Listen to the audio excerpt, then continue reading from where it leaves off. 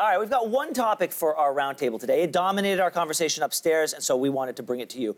Pink, the musician, has landed on the cover of People magazine's most beautiful issue, or just the beautiful issue this year. And she appears on the cover with her kids. Her daughter is 6, her son is 1. And in the interview, she says the secret to raising strong kids is to always tell the truth. So this had us thinking, is it ever okay to lie to your kids? This is what she said. I'm a truth teller, says Pink. I tell my daughter the truth. I let her be 6, but I want her to know about fairness and kindness, that she has to fight for her rights, that sometimes girls aren't paid as much as boys for the same job, and they aren't treated the same as and they have to work harder for everything. Now, everything she says there, I agree with, but this notion of absolutely always telling the truth, no.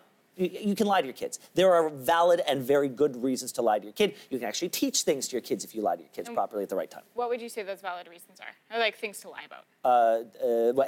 Any number of reasons, but right off the top of my head, I don't want them to know something at that point in time. They're not ready for it.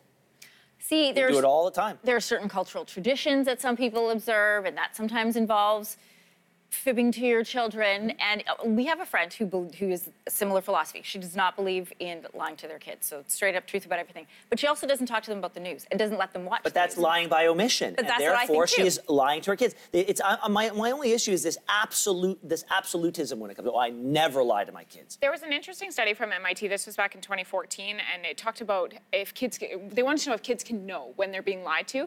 Turns out kids know, and they also know when you're telling half-truths as well. And what is the impact from there? And it's distrust. And it also leads kids to try and compensate for incomplete information by figuring it out on their own, which can be good in some ways. You want to encourage critical thinking, which you can do by saying, hey, what do you think? But also know that if you give a half-truth, this study is indicating that your child can then skirt around you to try and find the answer in another way. Sex education is one of those things where parents may be uncomfortable talking about it. Well, we are very honest in our home on that topic. So I think it's interesting. The study said, ask yourself 2 questions. Why do you lie? Do you want to make your kids do something? And do you want to make your kids happy? And can you accomplish those things in other ways without lying to your children? And to ask yourself that before you lie is an important process, I think, for parents to go through. You may be at this stage yet, so my kids are almost 11. 100% kids know when they're being lied to or being told a half-truth. And they don't like it. Oh, you just wait till they start calling you on your lies. Yeah. Just wait, and they will flat out, and they'll do it in front of company. It's their favorite. Now, let me be clear. I'm not suggesting a culture of lying to your kids each and every day, but at certain stages in your life, and as the parent, you know what your kids are ready for and what sort of conversations you're ready for. And I also don't endorse sort of making stories up and feeding them to the kids so that they can then be told that they don't know what they're talking about by their friends at school. Right. But I think everything in good time, and saying that you never lie to your kids probably is a lie itself. I agree.